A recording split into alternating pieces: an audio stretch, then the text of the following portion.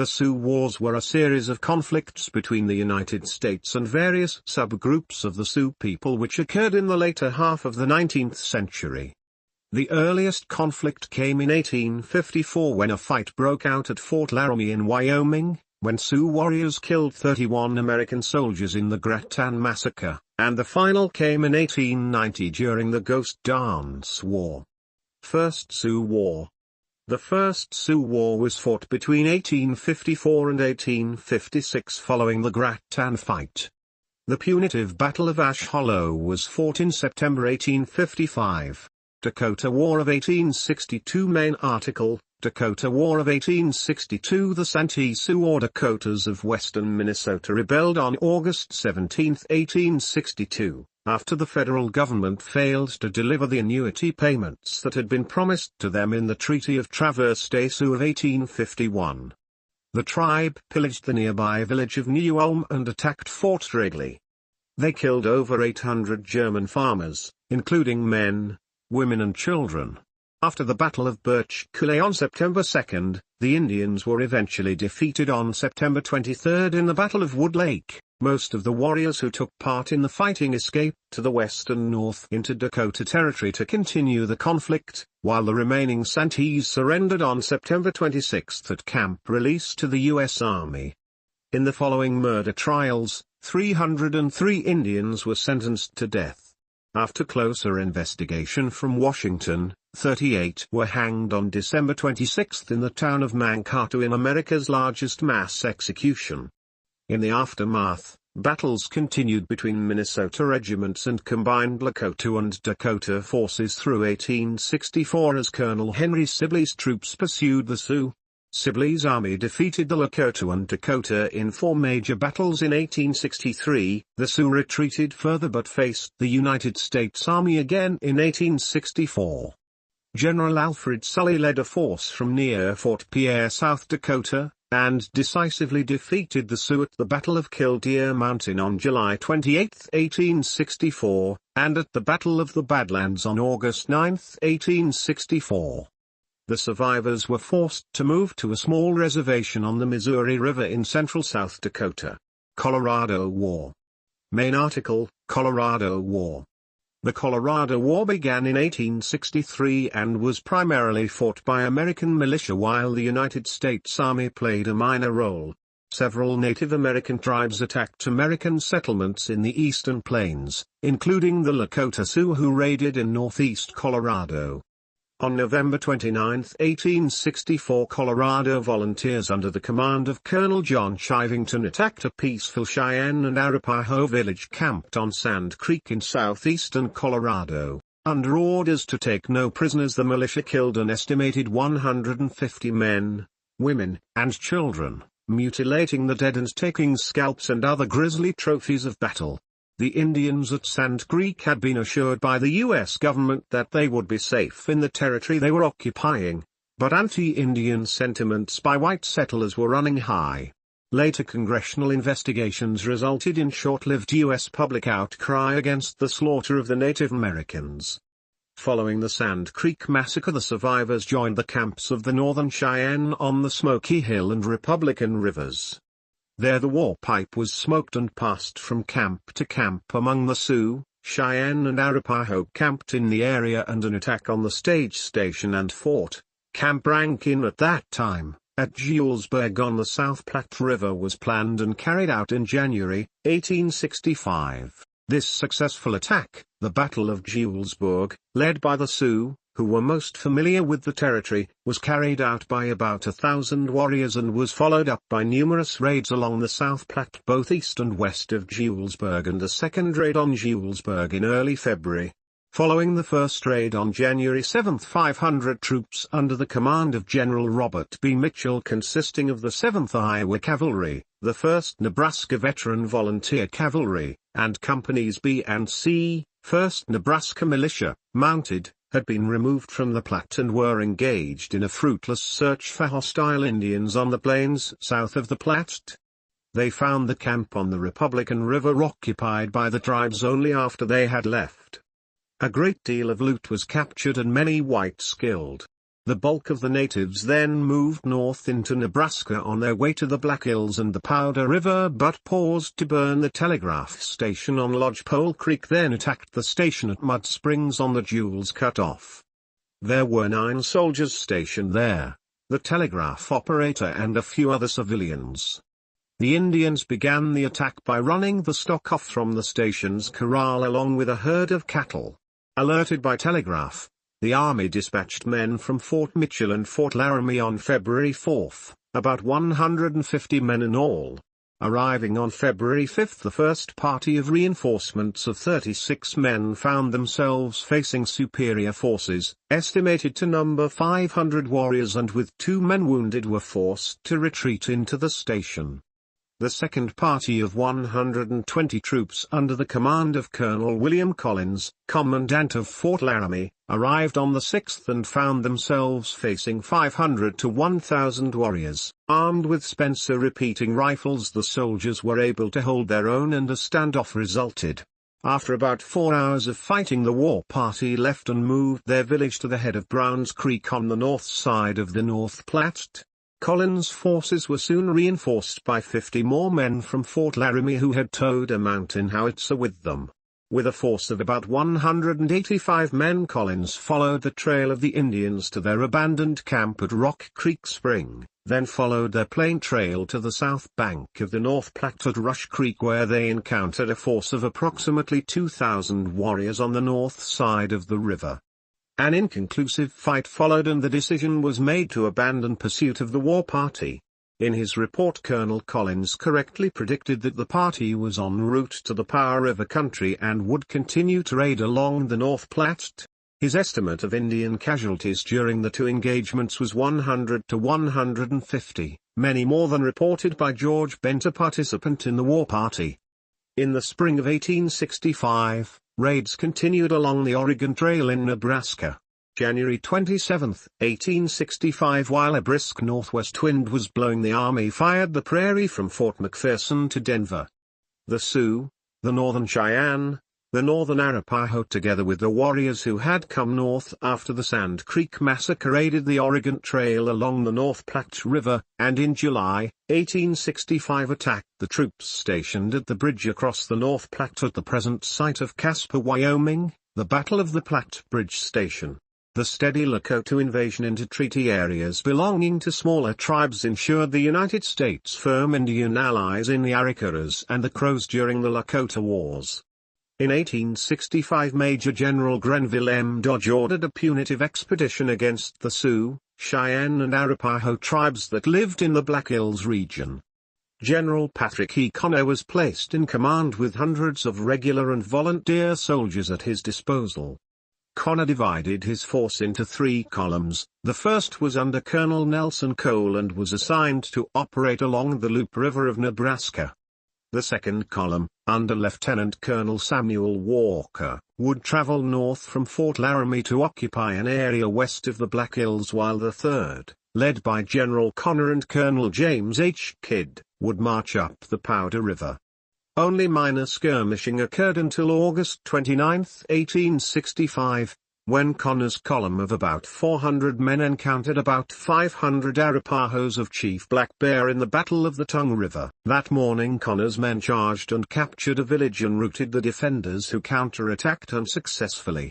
A few days later, a small party of soldiers and civilian surveyors was attacked by the Arapaho in what became known as the Sawyer's Fight. 3 Americans were killed, and it marked the last skirmish of the Powder River War.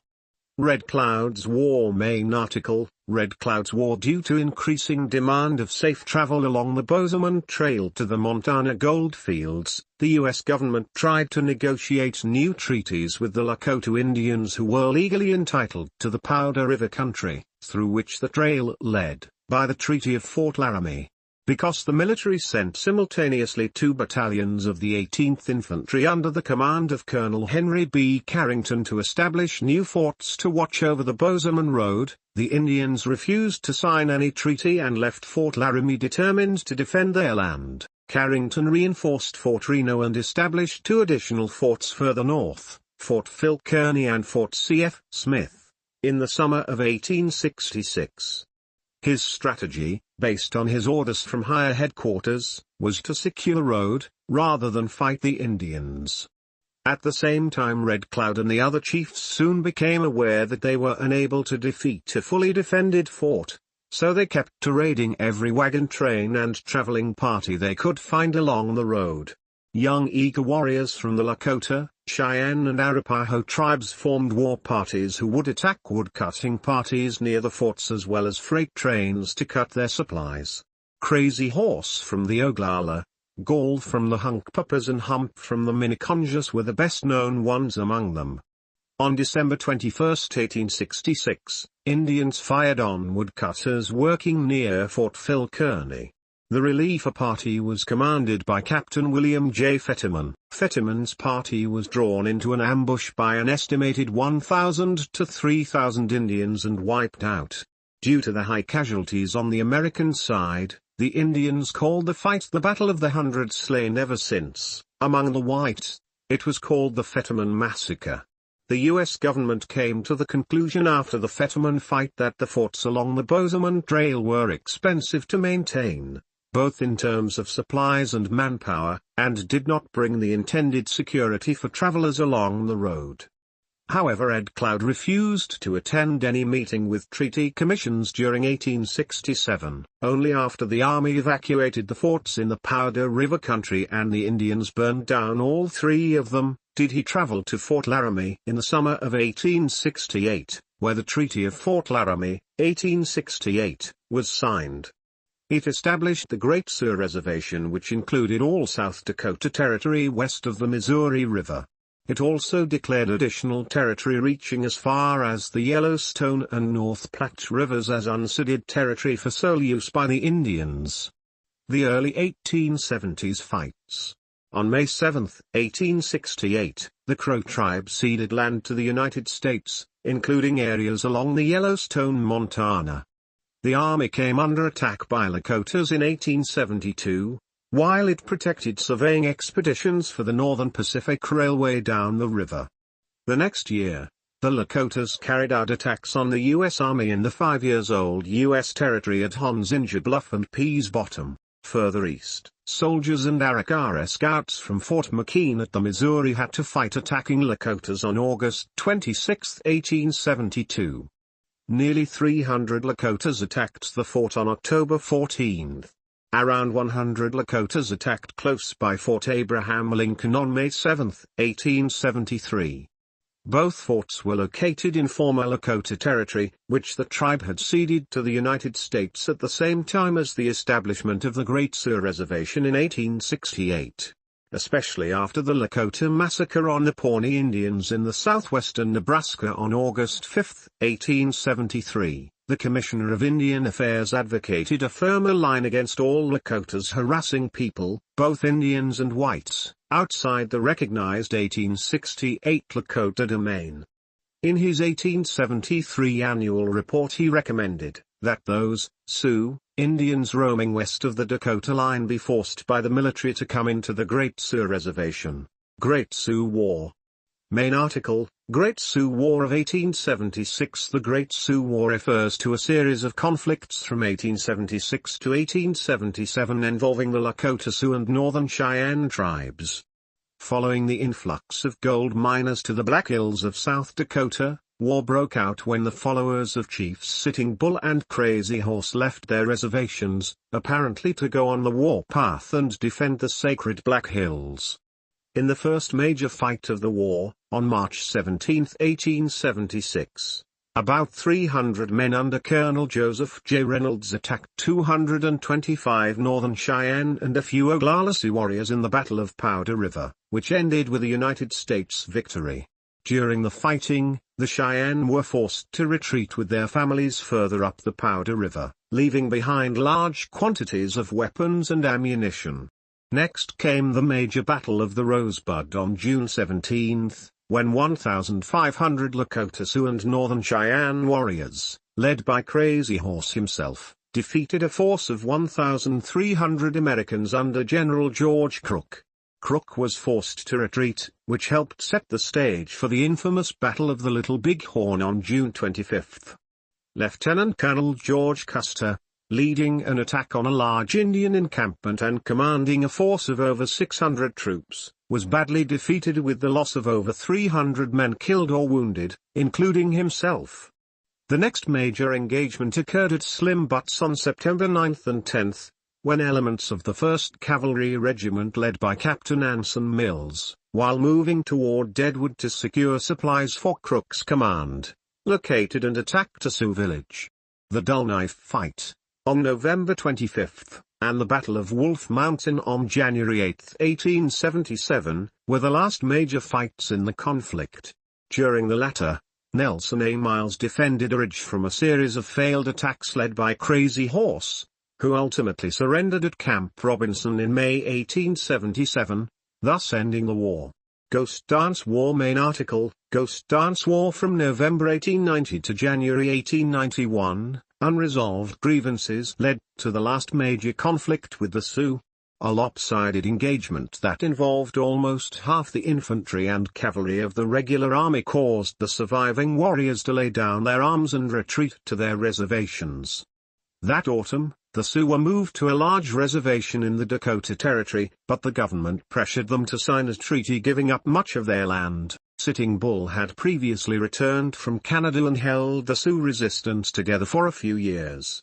But in the summer of 1889, the reservation agent, James McLaughlin, was able to secure Sioux's signatures by keeping the final treaty council a secret from Sitting Bull.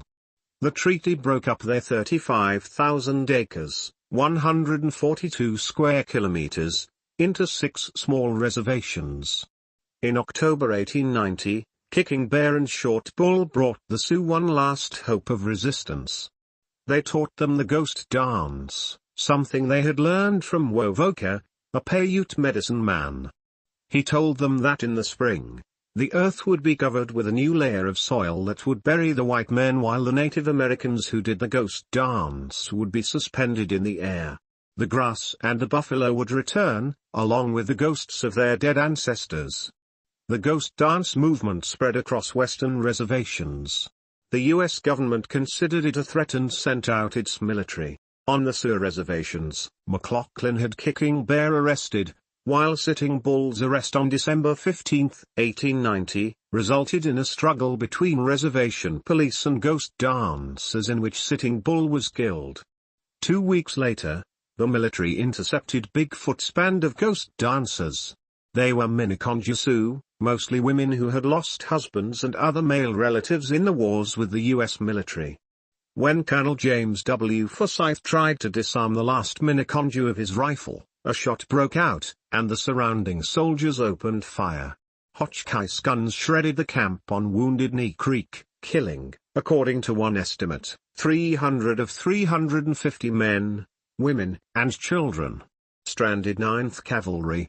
The battalion of 9th Cavalry Regiment was scouting near the White River, a Missouri River tributary, about 50 miles north of Indian Agency at Pine Ridge, when the Wounded Knee Massacre occurred, and rode south all night to reach the reservation. In the early morning of December 30, 1890, F, I, and K troops reached the Pine Ridge Agency. However, their supplely wagon guarded by D Troop located behind them was attacked by 50 Sioux warriors near Cheyenne Creek, about 2 miles from the Indian Agency.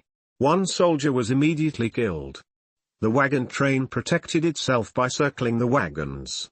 Corporal William Wilson volunteered to take a message to the agency at Pine Ridge to get help after the Indian scouts refused to go. Wilson took off through the wagon circle with Sioux in pursuit and his troops covering him. Wilson reached the agency and spread the alarm. The 9th Cavalry within the agency came to rescue the stranded troopers and the Sioux dispersed. For his actions, Corporal Wilson received the Medal of Honor. Drexel Mission Fight. The Drexel Mission Fight followed later in the day. Winter Guards. The 9th Cavalry were stationed on the Pine Ridge Reservation through the rest of the winter of 1890 to 1891 until March 1891, lodging in their tents. By then, the 9th Cavalry was the only regiment on the reservation after being the first to arrive in November 1890.